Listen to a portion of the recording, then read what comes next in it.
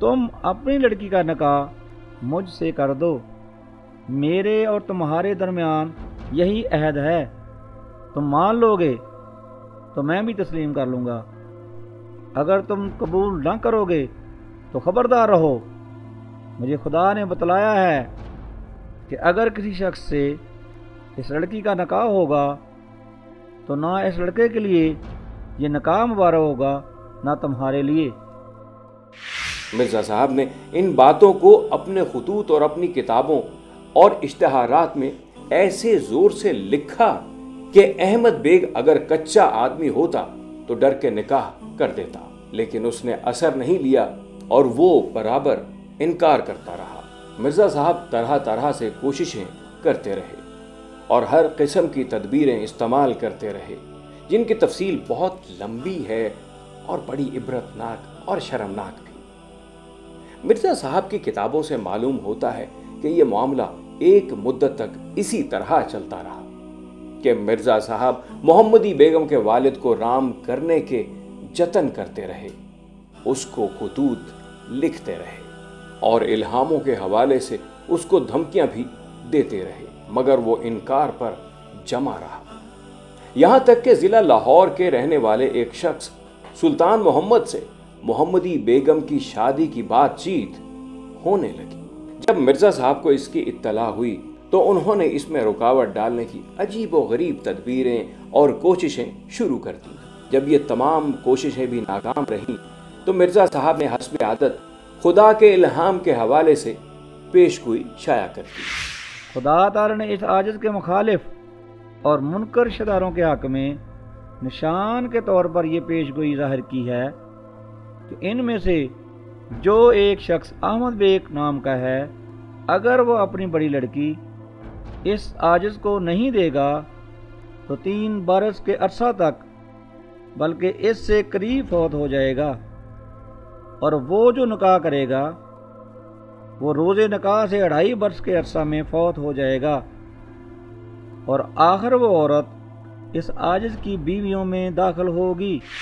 بالآخر 7 اپریل 1892 کو محمدی بیگم کا سلطان محمد سے نکاح ہو گیا، لیکن مرزا صاحب اس کے بعد بھی برابر اسی زور و شور سے یہ پیش گوئی کرتے رہے کہ سلطان محمد مرے گا اور محمدی بیگم ضرور میرے نکاح میں آئے گی، یہ تقدیر مبرم ہے، اسے کوئی نہیں بدل سکتا۔ اب ذرا اس زاویے سے بھی غور کیجئے کہ کیا کسی کی منکوحہ بیوی کے متعلق علل اعلان اشتہارات چھاپنا کہ یہ میرے نکاح میں آئے گی شرافت اور تہذیب کا جنازہ نہیں ہے؟ نبوت اور رسالت تو بہت اعلیٰ اور عرفہ مقامات ہیں، مرزا صاحب تو شرافت و تہذیب کی کسوٹی پر بھی پورے نہیں اترتے۔ مرزا صاحب کے جن مخالفین نے محمدی بیگم کا نکاح مرزا صاحب سے نہ ہونے اور سلطان محمد سے ہو جانے اور پھر 2.5 سال میں سلطان محمد کے نہ مرنے پر فاتحانہ خوشیاں منائیں، ان کے متعلق مرزا صاحب کا غیظ و غضب ملاحظہ ہو۔ سو چاہیے تھا کہ ہمارے نادان مخالف انجام کے منتظر رہتے اور پہلے ہی سے اپنی بدگوئی ظاہر نہ کرتے، بھلا جس وقت یہ سب باتیں پوری ہو جائیں گی تو اس دن یہ احمق مخالف جیتے رہیں گے، اور کیا اس دن یہ تمام لڑنے والے سچائی کی تلوار سے ٹکڑے ٹکڑے نہیں ہو جائیں گے؟ ان بیوقوفوں کو کوئی بھاگنے کی جگہ نہیں رہے گی اور نہایت صفائی سے ناک کٹ جائے گی، اور ذلت کے سیاہ داغ ان کے منحوس چہروں کو بندروں اور سوروں کی طرح کر دیں گے۔ مرزا صاحب 1908 میں فوت ہو گئے اور ان پیش گوئیوں کا حشر یہ ہوا کہ نہ سلطان محمد ان کے سامنے فوت ہوا اور نہ ہی محمدی بیگم ان کے نکاح میں آئی۔ سلطان محمد مرزا صاحب کے تقریباً 40 برس بعد تک زندہ رہا اور اس طویل مدت کا ہر دن مرزا صاحب کے جھوٹا ہونے کی شہادت دنیا کے سامنے پیش کرتا رہا۔ اللہ تعالیٰ اپنے کسی نبی اور کسی مامور کو اس طرح ذلیل نہیں کرتا جس طرح کہ مرزا صاحب کو اپنی پیش گوئیوں میں ذلت اٹھانا پڑی۔ اگر کوئی بھی غیرت مند آدمی اتنا ذلیل ہوا ہوتا تو کسی کو منہ دکھانے کے لائق بھی اپنے آپ کو نہ سمجھتا، مگر اللہ تعالیٰ کی شان ہے کہ ان سب باتوں کے باوجود مرزا صاحب کے دعوے بھی برابر جاری رہے اور ان کو نبی ماننے والے بھی ملتے رہے۔ لیکن اس میں تعجب کی کوئی بات نہیں۔ ہندوستان میں بے شمار لوگ ہیں جو جانوروں کو پوجتے ہیں، دریاؤں کو پوجتے ہیں، پتھروں کی پرستش کرتے ہیں، اور صرف ان پڑھ گنوار نہیں بلکہ ان چیزوں کی پرستش کرنے والوں میں اچھے گریجویٹس، سائنسدان اور ڈاکٹر بھی ہیں۔ سچ تو یہ ہے کہ ہدایت اور گمراہی کے اصول کچھ اور ہیں۔ چوتھا اصول، کسی سچے نبی کو پرکھنے کے لیے چوتھا اصول یہ ہے کہ کسی پیغمبر کے لیے ناممکن ہے کہ وہ اپنے وقت کی کسی ایسی حکومت اور طاقت کی چاپلوسی کرے جو کفر اور بے دینی کا ستون ہو، اور جس کے عروج اور غلبے سے کفر اور بے دینی کا عروج ہوتا ہو اور دنیا میں دہریت، مادیت اور نفس پرستی بڑھتی ہو۔ تاریخ انبیاء سے صاف معلوم ہوتا ہے کہ وہ ہمیشہ ظالموں اور مجرموں کے حریف اور مد مقابل رہے۔ لیکن ہم مرزا صاحب کو دیکھتے ہیں کہ ان کا رویہ اس معاملے میں بالکل دنیا دار اور گھٹیا قسم کے حکومت پرستوں کا ہے۔ وہ ایسے کھلے لفظوں میں غاصب حکومت کی مدح و ثنا کرتے ہیں کہ جس کے لیے ایک صاحب ضمیر انسان تیار نہیں ہو سکتا۔ نہایت اختصار کے ساتھ چند اقتباسات ملاحظہ ہوں۔ میری عمر کا اکثر حصہ اس سلطنت انگریزی کی تائید و حمایت میں گزرا ہے، اور میں نے ممانعت جہاد اور انگریزی اطاعت کے بارے میں اس قدر کتابیں لکھی ہیں کہ وہ اگر اکٹھی کی جائیں تو 50 الماریاں ان سے بھر سکتی ہیں۔ گورنمنٹ کے احسانات ہمارے خاندان پر ہمارے والد مرزا غلام مرتضیٰ صاحب کے وقت سے برابر ہوتے رہے ہیں، اس لیے اس گورنمنٹ کی شکر گزاری میرے رگ و ریشے میں سمائی ہوئی ہے۔ ہم اپنی معزز گورنمنٹ کو یقین دلاتے ہیں کہ ہم اس گورنمنٹ کے اسی طرح مخلص اور خیر خواہ ہیں جس طرح ہمارے بزرگ تھے۔ ہمارے ہاتھ میں بجز دعا کے اور کیا ہے، سو ہم دعا کرتے ہیں کہ اللہ تعالیٰ اس گورنمنٹ کو ہر ایک شر سے محفوظ رکھے اور اس کے دشمن کو ذلت کے ساتھ پسپا کرے۔ ہر نبی جو ہے وہ اپنے زمانے کے جو بڑے ہوتے تھے، بادشاہ ہوں یا امیر لوگ ہوں یا بڑے ہوں یا قبیلے کے سردار ہوں، وہ جو فساد مچاتے تھے اس کے مقابلے پر وہ اللہ تعالیٰ ان کو اٹھاتا تھا کہ یہ اللہ کے بندوں کو اس سے نجات دلا۔ مرزا صاحب نے کس کو نجات دلائی؟ وہ تو الٹا جو ہے وہ انگریز کو جو ہے وہ اپنا آقا سمجھتے تھے، اور اس کی تعریفوں میں جو ہے تعریف کے جس کو کہتے ہیں پل باندھے، اور پھر ان کے جو جملے بڑے عجیب سے ہیں۔ مثلا وہ انگریزوں کی تاریخ میں ان کا بڑا مشہور جملہ ہے، اور وہ جملہ ایسا ہے کہ اس میں آدمی دیکھ کے تو ہنستا ہے۔ تو لکھا ہے کہ گورنمنٹ محسنہ انگریزی۔ اب گورنمنٹ محسنہ، گورنمنٹ انگریزی کا لفظ ہے، محسنہ جو ہے وہ عربی کا لفظ ہے، تو اس میں یہ اضافت جو ہے یہ بالکل بے بارہ سی بات ہے۔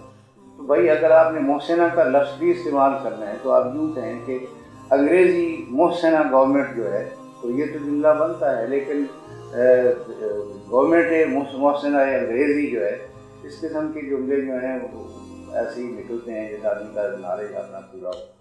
تو اس طریقے سے جو ہے انہوں نے انگریز سے مسلمانوں کو نجات دلانے کے بجائے الٹا یہ کہا کہ تم ان کو جو ہے مانو اور ان کے زمانے میں کوئی فساد مت بتاؤ۔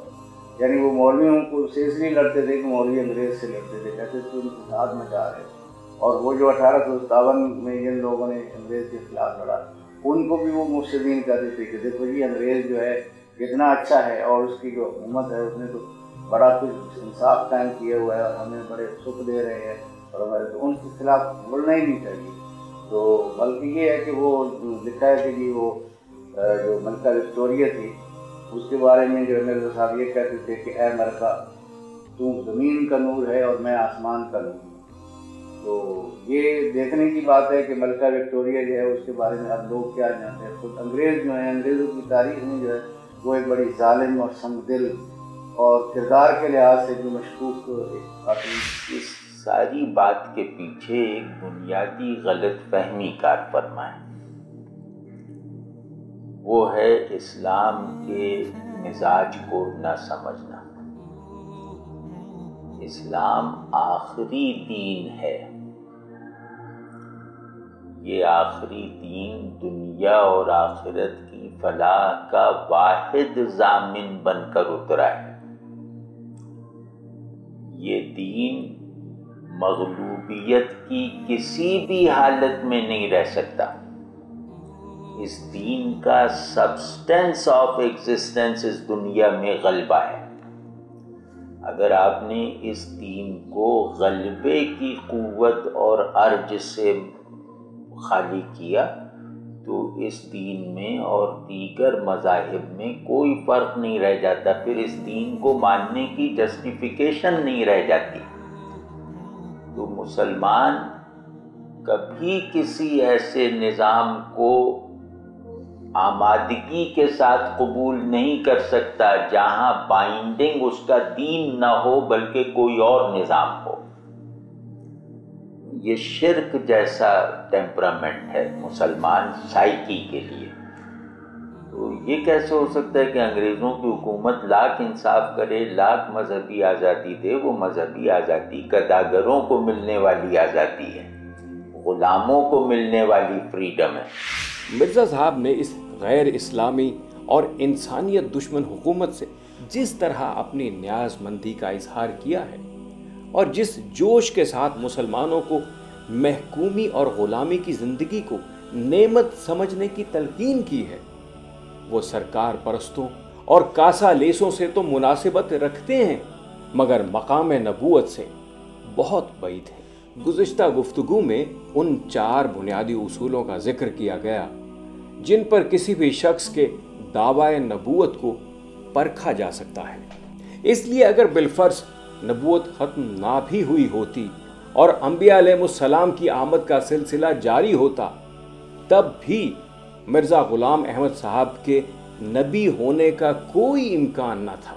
اللہ تعالیٰ کسی ایسے آدمی کو نبی اور رسول بنا کر نہیں بھیج سکتا جو انسانی شرافت کے معیار سے گرا ہوا ہو.